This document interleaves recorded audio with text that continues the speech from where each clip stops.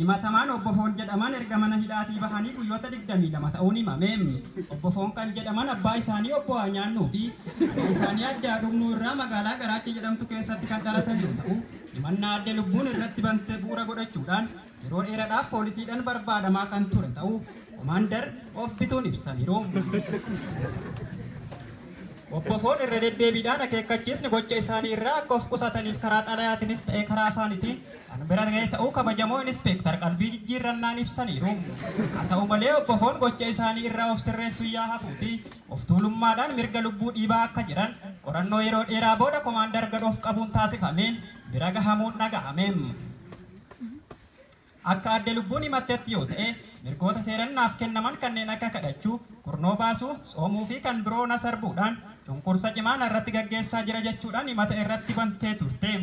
Himannaa adda lubbuu kana bu'uura godhachuudhaan qorannoo yeroo dheeraaf gaggeessaa erga turanii booda yakkichi adda lubbuu irratti kan raawwatame ta'uu Komaandar gadoof qabuun ibsaniiru.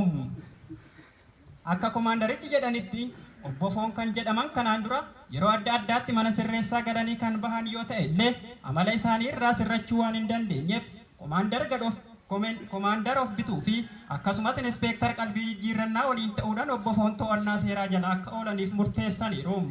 Haaluma kanaan dhaddacha bara 2013 Sadaasa 15 ooleen Obbo Foon hidhaa cimaa ji'a 1 fi 7 lamaan akka adabamanitti murtaa'ee ture.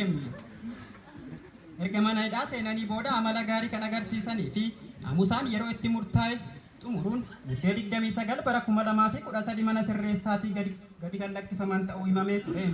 Haa ta'u malee Obbo Foon erga mana hidhaatii gadi lakkifamanii booda akkuma guyyaan bilisummaa isaanii dabalaa adeemu adda lubbuutti nyaara guuruu kan jalqaban ta'uun dhaga'ame.